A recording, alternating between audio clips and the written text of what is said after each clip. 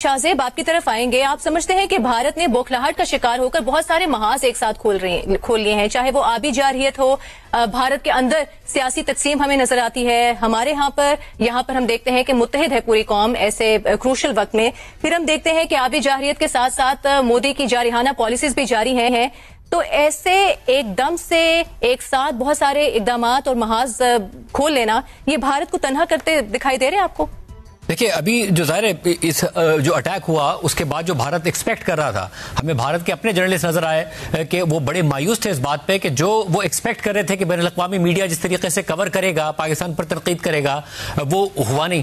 फिर वो एक्सपेक्ट कर रहे थे कि दुनिया पाकिस्तान पर तनकीद करेगी और जोर देगी, वो भी नहीं हुआ। उन्होंने बहुत ज़्यादा कोशिश की दुनिया भर के एम्बेसडर्स को बुला के, मगर एम्बेसडर्स ने उल्टा इंटरनेशनल मीडिया को यह बता दिया कि भारत ने कोई सबूत नहीं दिखाए कि सब में पाकिस्तान मुलविस है। पाकिस्तान के अपने रद्द-ए-अमल ने भी बड़ा किरदार अदा किया इसमें कि पाकिस्तान तहकीकात के लिए तैयार हुआ, पाकिस्तान ने वाकये को कंडेम किया, ये सारे काम किए। ये जो पानी के हवाले से है कि सिंतास मुआहदे को उन्होंने सस्पेंड किया है, मेरा ख्याल है ये जो इकदाम है अपनी जो लोकल ऑडियंस है उसको सेटिस्फाई करने के लिए उन्होंने कर तो दिया।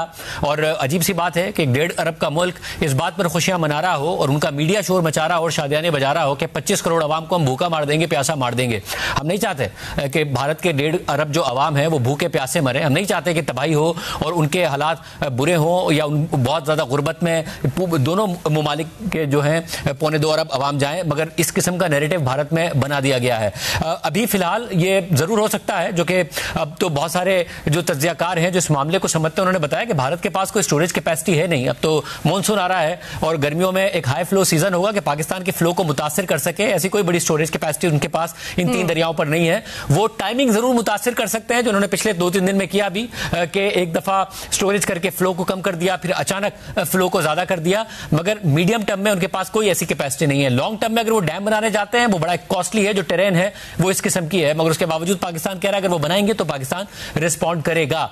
ये जो अब बहस है कि पाकिस्तान को जवाब देना चाहिए या नहीं देना चाहिए, इसमें एक मसला यह है मुबशिर और सारा के एक अजीब सी सूरत हाल है। पाकिस्तान अगर यहां से रुक जाए और जवाब ना दे और एस्केलेशन ना हो, तब भी मसला हल नहीं होता।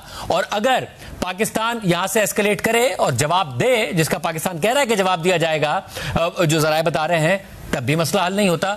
दोनों सूरतों में ऐसा लग रहा है कि मसला अपनी जगह पर खड़ा रहता है, क्योंकि भारत में अपनी फॉल्ट लाइंस मौजूद है। आर्टिकल 370 को विड्रॉ करने के बाद और जो कुछ वो कश्मीर के हवाले से दावे कर रहे थे, उसके बाद से हमें नजर आया कि वहां पे फॉल्ट लाइंस हैं। कोई भी टेररिस्ट नेटवर्क इस बात का फायदा उठा सकता है और वो कोई भी वाकया कर सकता है। तो कल को फिर ये दोनों मुमालिक आमने सामने खड़े होंगे, भारत में वही जिंगोइज्म होगा, भारतीय मीडिया वही कह रहा होगा कि जी पाकिस्तान पर हमला कर दो, पाकिस्तान के खिलाफ जंग कर दो। तो एक वाकया 2 न्यूक्लियर मुमालिक को जंग की सूरत हाल में खड़ा कर सकता है। वो वाकया कल दोबारा हो सकता है, वो वाकया 2 हफ्ते बाद हो सकता है, वो वाकया कोई और भी करा सकता है जिसके फेवर में ये बात जाती है कि ये दोनों मुमालिक आपस में लड़ें।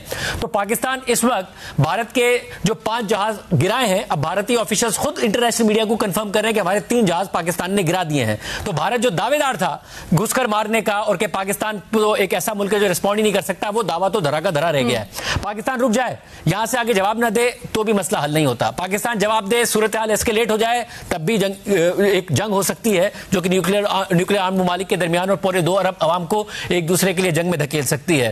तो हल निकालना पड़ेगा ऐसा जो कि दुनिया के मुमालिक ही निकाले। मैं बार बार कह रहा हूं कि जब इसराइल और हमास को दुनिया के मुमालिक आमने सामने बिठा सकते हैं कतर की सालिसी में, अगर ईरान और अमेरिका एक दूसरे के आमने सामने बैठ सकते हैं और मुज़ाकरात कर सकते हैं, 3 अदवार हो गए और कहते हैं कि बहुत अच्छे जा रहे हैं, दोनों तरफ से कहा जा रहा है कि मुज़ाकरात बहुत, अगर ये मुज़ाकरात चल रहे हैं तो मुमालिक को किरदार अदा करके इन दोनों मुमालिक को आमने सामने बिठाना पड़ेगा कि ऐसे वाकयात इनको आमने सामने नहीं ले आएंगे। क्योंकि फॉर नाउ पाकिस्तान जवाब देता है तो मसले का मुस्तकिल हल नहीं है, पाकिस्तान जवाब नहीं देता तो भी मसले का मुस्तकिल हल नहीं है, वॉर ऑप्शन नहीं है। दोनों मुमालिक के 2.25 अरब अवाम जो है डिजर्व नहीं करते।